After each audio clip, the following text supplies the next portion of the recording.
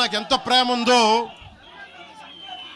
తెలంగాణకి నాకెంత ప్రేమ ఉందో నేను ప్రూవ్ చేసుకోవాల్సిన అవసరం విమర్శించే నాయకులకు లేదు. నేను మీకు చెప్పాల్సిన అవసరం కూడా లేదు.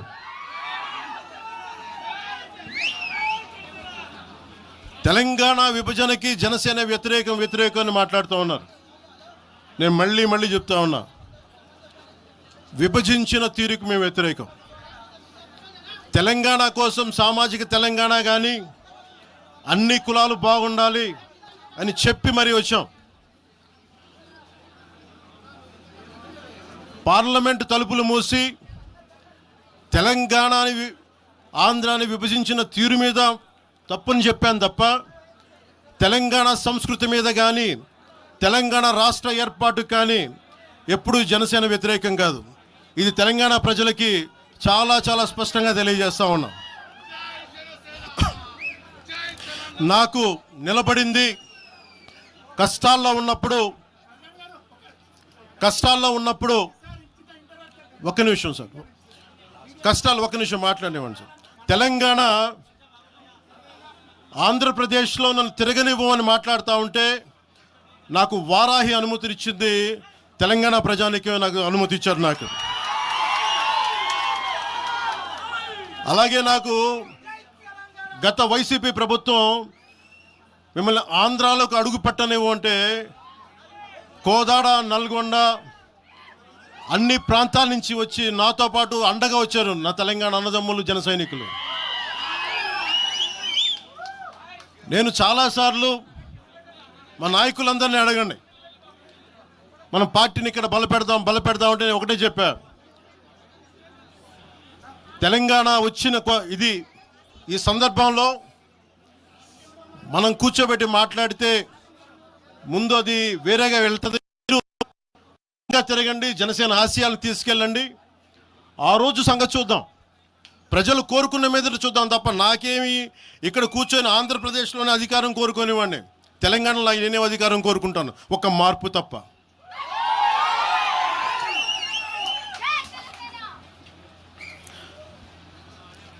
జనసేన ప్రయాణం తెలంగాణలో మొదలైంది. నేను మీకు ఏ సమస్యకైనా సరే నేను కూర్చోబెట్టి మా నాయకులు ఒకటే చెప్పా, మీరు సమస్యల మీద పోరాడండి. నాకు బాగా ఇబ్బంది కలిగించే అంశం ఈ మధ్యన పదే చూస్తూ ఉన్నాను, మాట్లాడితే ఆంధ్ర అని చెప్తా ఉన్నారు. తెలంగాణ ప్రజలకి ఆంధ్ర మీద విద్వేషం లేదు, తెలంగాణ నాయకులందరికీ విద్వేషం లేదు. తెలంగాణ ఏర్పాటు కావాలని కోరుకున్నారు కానీ ఆంధ్ర ప్రజల మీద ఎక్కడా విద్వేషం చూపించలేదు. నిజంగా తెలంగాణ ప్రజలు కానీ మొత్తం తెలంగాణ నాయకులు కానీ విద్వేషం చూపించి ఉంటే ఈ రోజున ఒక్క ఆంధ్ర ప్రాంత వ్యక్తి కూడా ఇక్కడ తెలంగాణలో ఉండలేడు. ఇది తెలంగాణ తాలూకు ప్రేమ, తెలంగాణ ప్రజల తాలూకు ప్రేమ, ఇవన్నీ ఎవరు మర్చిపోరు. నాకు ఈ మధ్యన వస్తా ఉంటే నువ్వు హైదరాబాద్లోకి ఎలా అడుగు పెడతావు, నీకు హైదరాబాద్లో ఏం పని, ఇది నేను ప్రత్యేకించి చెప్తా ఉన్నా. మీరెవరైనా నన్ను బెదిరించే వాళ్ళు మీ అయ్యే జాగీరా తెలంగాణ?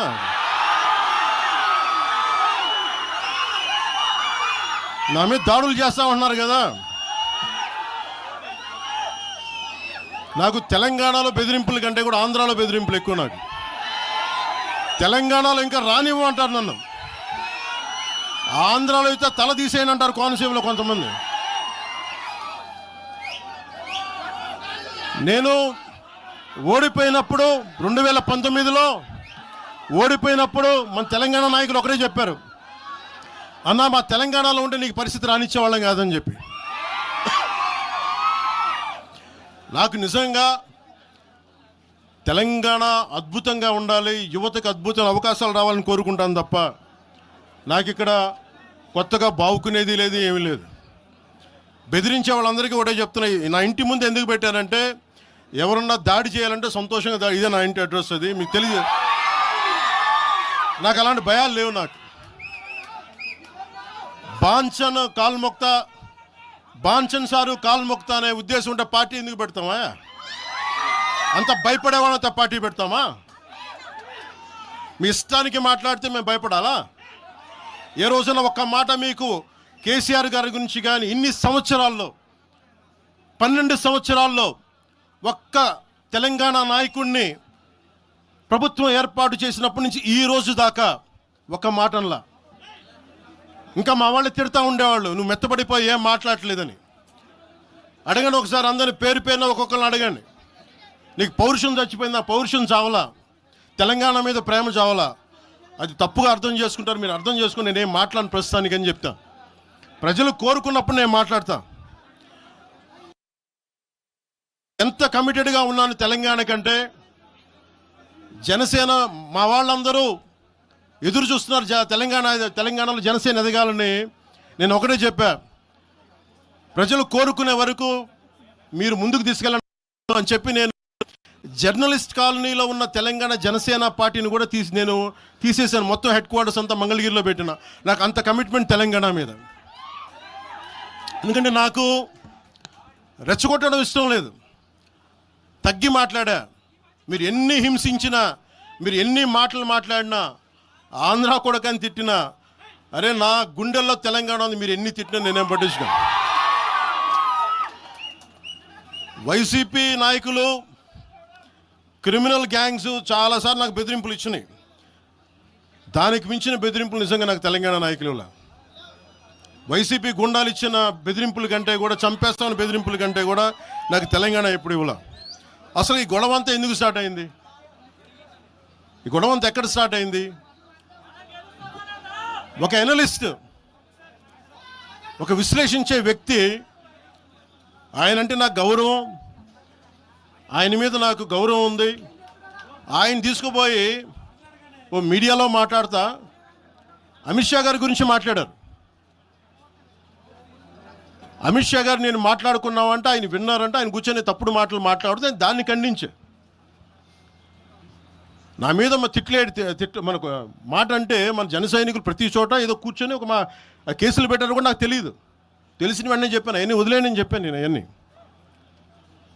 మళ్ళీ ప్రెస్ క్లబ్లో పోయి మీరు తిడుతూ ఉంటే, ప్రాంతీయ విద్వేషాలు రెచ్చగొడితే దాంట్లో కూర్చోబెట్టి ఎంతకాలం చేస్తారు?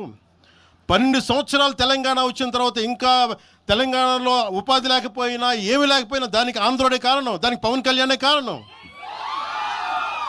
పరిశ్రమల్లో ఈ లెక్కల్లో ఇంక మీరు ఎప్పుడు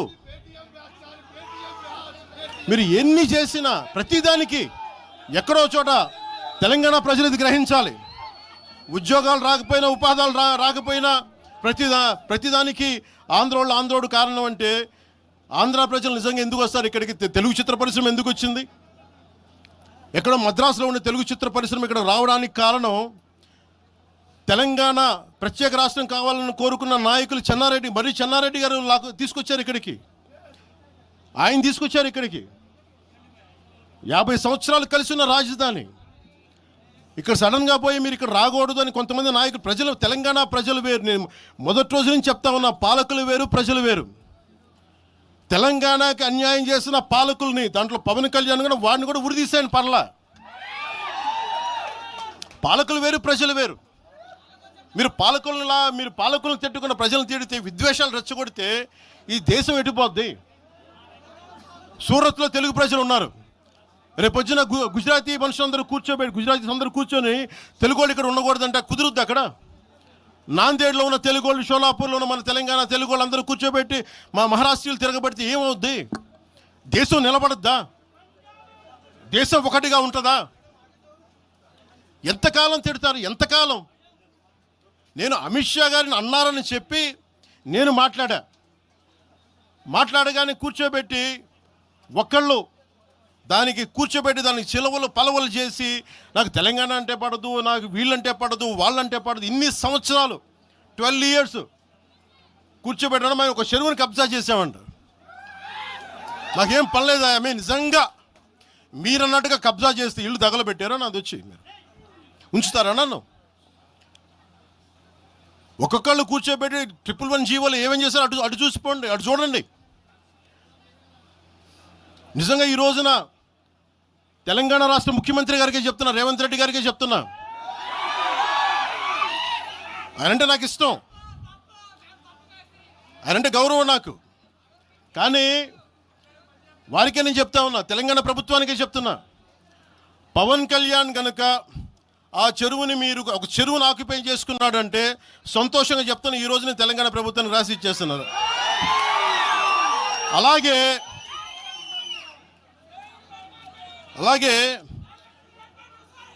లెఫ్ట్ మేము వామపక్షవాదులు అని చెప్పి ఒక ఎనలిస్ట్ మాట్లాడతా,